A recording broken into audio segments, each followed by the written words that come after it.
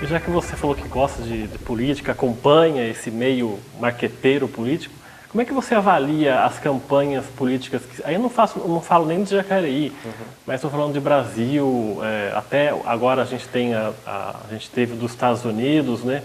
Trump versus Hillary Clinton. Como é que você avalia os marqueteiros hoje? Tem como sair um pouco desse tom que se pegou aí do marqueteiro político, ou como é que você analisa isso? Eu acredito que sim, temos, e acredito que a tendência agora, não só no Brasil, mas a nível mundial, sim, é sair fora da caixa um pouquinho quando se fala em política, né? Na minha concepção, isso não julgo, né, o trabalho de todos os outros profissionais.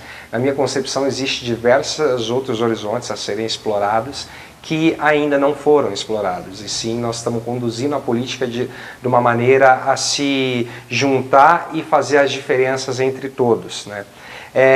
Mas ao mesmo tempo tem um ponto muito positivo que eu acho que todos os marqueteiros até hoje que estão trabalhando ou trabalharam em meio à política tem uma coisa muito rica. Eles trouxeram à tona novamente a política vamos dizer, na boca de todos nós da população, né? Porque hoje, quando se fala política, principalmente no cenário que nós estamos vivendo no Brasil, nós estamos muito preocupados. Então, eles conseguiram de maneira positiva ou não, esse não é o mérito, mas trazer a política no nosso dia a dia novamente. Porque talvez tempos atrás, a política ela acabou um pouco que esquecida ou acabou um pouco que menos valorizada. Hoje não, acho que a tendência de uma geração Y que está vindo e gerações futuras, cada vez nós vamos se preocupar mais com uma melhoria do nosso país, melhoria da população, da qualidade de vida, etc.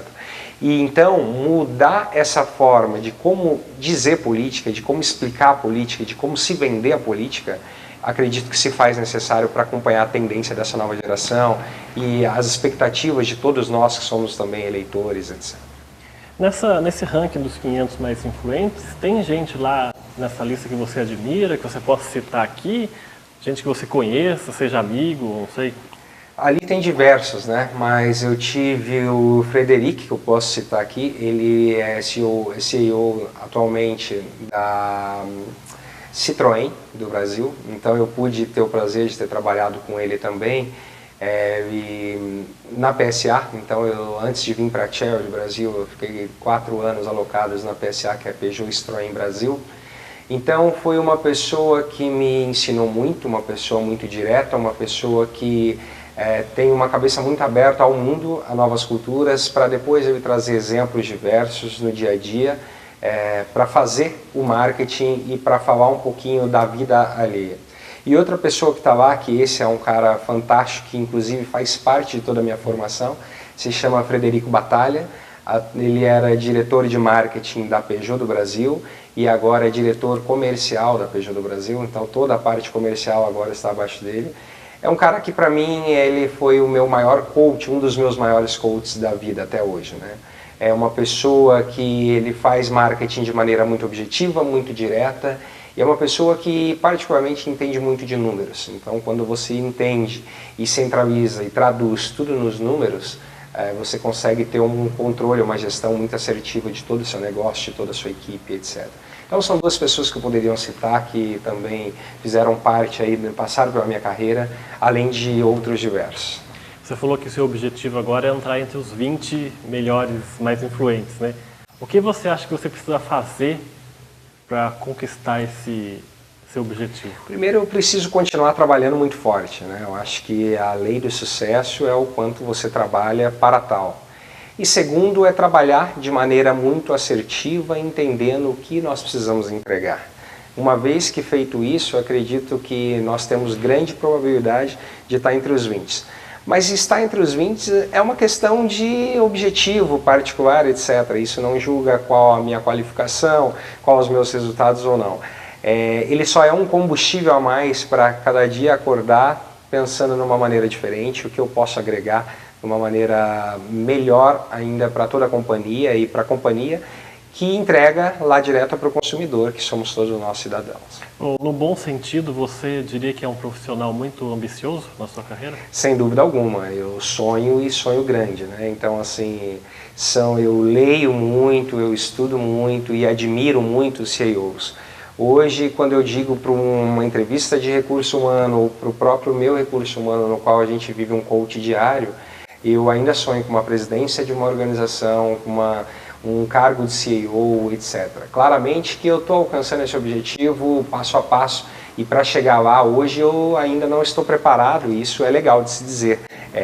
Requer uma certa maturidade, um certo conhecimento. Que isso não é somente numa universidade, numa pós, no MBA, né? Isso também requer uma experiência vivida diariamente com tombos, com sucesso, com divergências, com dificuldades e também com muita energia que se aplica e experiências recolhidas nesse intervalo que faz você se qualificar para chegar a tal posto. Você traça metas para a sua vida? Por exemplo, até 40 anos eu quero chegar nisso, até... Faz isso? Eu não tenho essa meta de até 40 anos muito lógica, né? Porque isso muitas vezes ele acaba te frustrando e quando você tem uma frustração ela pode ser um pouco difícil de ser gerenciada e conduzida. Isso pode acabar com o seu sonho. Eu sei onde eu quero chegar e eu trabalho o passo a passo, eu entendo comigo qual é o plano de ação que eu preciso chegar até lá. Agora, se eu vou chegar com 40, com 50, com 60, isso vai depender de vários fatores que talvez não, com toda certeza o Thiago não se faz controlar também. Então... Vamos falar então um pouco sobre a sua trajetória, né, aqui em Jacareí. Fala um pouquinho como foi a sua infância. Eu li numa entrevista que você falou, até destacou o fato da sua família ser muito humilde, né? Exato. Conta um pouquinho sobre essa passagem da sua infância. Bom, eu sou nascido aqui em Jacareí mesmo, né? Então, meu pai, minha avó, minha bisavó são todos nascidos aqui, minha mãe também. Eu venho sim de uma família humilde, mas uma família que meu pai sempre me abriu os olhos que o estudo seria o caminho do sucesso. Seja qual o seu estudo, porém ele sempre foi um pai e uma mãe muito intenso em questão de estudo. Eu estudei em escola pública, né, durante toda a minha vida, somente no segundo grau, que ele conseguiu uma condição, mesmo assim eu tive que conseguir uma parte de bolsa para fazer um colégio técnico renomado em São José, que é a ETEP. Então, durante todo esse período, embora você tenha aquela divergência de menino, né, de garoto, de não entender tanta necessidade, então muitas vezes ele me puxava a orelha e dizia você precisa estudar, você precisa aprender, você precisa evoluir, etc. E isso de tanto, né, eu acho que a insistência, por isso que eu digo que meus pais são a base de tudo para estar conseguindo o que eu estou conseguindo hoje, porque se não fosse a insistência deles, talvez eu não teria hoje... não estaria nessa posição que eu estou hoje aqui. Então eu tive sim todo esse coach da vida que foi meu pai e minha mãe, embora bastante humilde, mas muito intenso no caminho correto, que eu digo. Depois eu fui cursar um colégio técnico, até porque eu tinha também esse desejo. A engenharia é algo que me fascina, mas não é algo que o Thiago se vê dentro da engenharia. Então eu formei na ETEP, eu fiz técnico em eletrônica. Na ETEP foi um colégio que me ensinou muito. Eu tive muita dificuldade porque eu venho de uma base de colégio público e depois eu peguei uma escola que puxa bastante, então eu tive que dar o jeito, conseguir se virar para atender as necessidades. E ingressei ainda na engenharia, mas quando eu estava com 2 anos de engenharia, eu realmente tive a certeza. É algo que me fascina, mas não é algo que o Thiago vai ser um profissional que talvez seja muito bom como engenheiro. Então foi quando eu decidi, falei para os meus pais, meu pai ele fez carreira na Embraer durante 30 anos, então como ele fez carreira dentro de uma organização, ele tinha aquele desejo de também ver o filho dele se ingressando de uma maneira ainda melhor do que ele. E foi quando eu decidi, eu quero estudar marketing, é algo que realmente me encanta e que realmente eu me vejo como um marqueteiro futuramente. E foi um choque para a família aquele momento. Falou, poxa, mas será que é isso? Você está fazendo a coisa correta? Principalmente por você ter abandonado a engenharia, né? A engenharia, que é algo mais, quer dizer, algo mais concreto, etc. E eu bati firme na minha concepção e formei em marketing, né? Formei em marketing, nesse momento eu estava atuando na Embraer, embora seja na área produtiva. Depois, dentro da Embraer, eu fui pedindo eu era muito cara de pau, eu pedia para fazer parte daquilo, eu pedia para aprender, então eu saía as duas, né, da produtividade e ia para uma área que eles não me remuneravam, que era a área de marketing, para eu começar a aprender sobre aquele mundo. Né? Então eu entrava já desde as 6 da manhã, ficava até 6 da tarde, ia para a faculdade, mas foi um momento de clínica muito interessante, muito aprendizado para o Thiago ali, eu já comecei a ver como era o horizonte. E essa união entre o laboratório que dizia a universidade, estudando marketing, versus o que eu estava aprendendo nesse expediente dentro da companhia, da Embraer, que foi uma das maiores escolas da minha vida, sem dúvida alguma só me capacitou ainda mais para ter a certeza de que eu queria seguir essa profissão. Você teve algum momento de medo de ter trocado de uma carreira por outra, não? Eu sou uma pessoa que sim, eu tenho bastante medo das decisões, mas eu tenho comigo um conceito de ousadia e de acreditar no próprio Thiago. E isso me fez forte nesse momento da decisão, né? Porque uma mudança da engenharia, onde naquele momento meus pais me questionaram se era a melhor decisão, isso me fez repensar noites e noites. Porém, a minha convicção ela falava mais alto, meu coração dizia o que eu queria e por isso que eu tomei realmente a decisão de estudar marketing, sabe? E tem outra também, porque você, pelo que a gente percebe, né, no seu relato aqui, você desde cedo já foi um menino muito, assim, também do bom sentido, um menino muito abusado, né, de querer, você falou o cara de pau da Embraer, de querer, isso também conta muito na formação de um profissional, né? Sem dúvida alguma, de novo eu volto a dizer, eu carrego comigo um lema que diz, onde você está e onde você quer chegar. Então eu tenho esse conceito muito fixado com o Thiago, meus sonhos são grandes, são até, eu digo que são perigosos, né? Mas são sonhos que eu quero correr esse risco, eu quero viver intensamente e quero trabalhar para tal. Então quando se tem esse cenário, essa ousadia de menino, isso é algo que fortalece, né, o teu desejo de ir em busca do melhor. Claro que toda ousadia ela deve ser muito embasada, com mais pé no chão possível, embora os riscos vão ter que ser corridos, vamos dizer assim. Mas eu sempre fui aquele cara de pau, aquela pessoa que não tem vergonha, aquela pessoa que questiona se eu não entendi, e assim vai, e assim ajudou a contribuir para a carreira, sem dúvida alguma. O seu momento de ir para a Austrália se dá qual instante? No momento de formação, né, da universidade. Então, quando eu formei, e veja bem, né, eu trabalhava num ambiente produtividade, estava fazendo um estágio, vendo um outro horizonte, que é o marqueteiro, que ele requer uma cultura ampla para você se destacar num momento de negociação e até conduzir, trazer esse cliente a você. E também tinha o laboratório da universidade que me ajudava.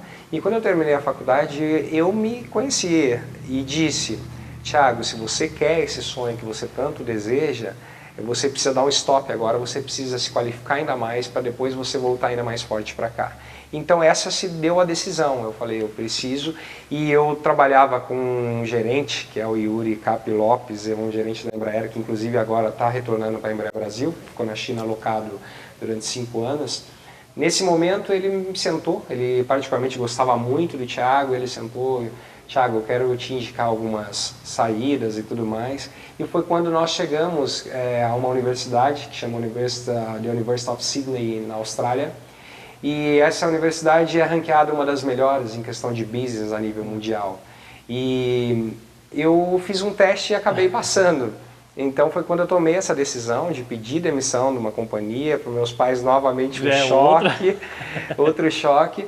Não, que você quer ir para curtir a vida, mas não era bem isso. Realmente eu digo que curti muito esse momento na Austrália, mas também que foi um momento de crescimento, acho que a chave de entrada no mercado, realmente, marqueteiro, foi a partir dali, sabe? Então eu tive diferentes culturas, eu aprimorei o idioma, eu pude entender o máximo do Thiago, quais são os limites do Thiago, e isso é muito interessante. O se conhecer muito pessoal te torna muito forte quando você vai sentar numa mesa de negociação para falar do seu produto, para falar da tua empresa, para falar de si só. Então esse se autoconhecer para mim foi a chave do sucesso que me fez abrir novas portas, novos horizontes para o mercado. Você morou sozinho lá na Austrália? Obviamente que carro no Brasil significa status. carro no Brasil significa desejo, etc. E quando você tem esse cenário, uma vez que mais de 70% em veículos são impostos, os nossos veículos eles tiveram um aumento muito grande. Quando se tem esse aumento, se tem todo esse cenário econômico não favorável, hoje o mercado foi um dos mercados que mais perdeu dentro da indústria.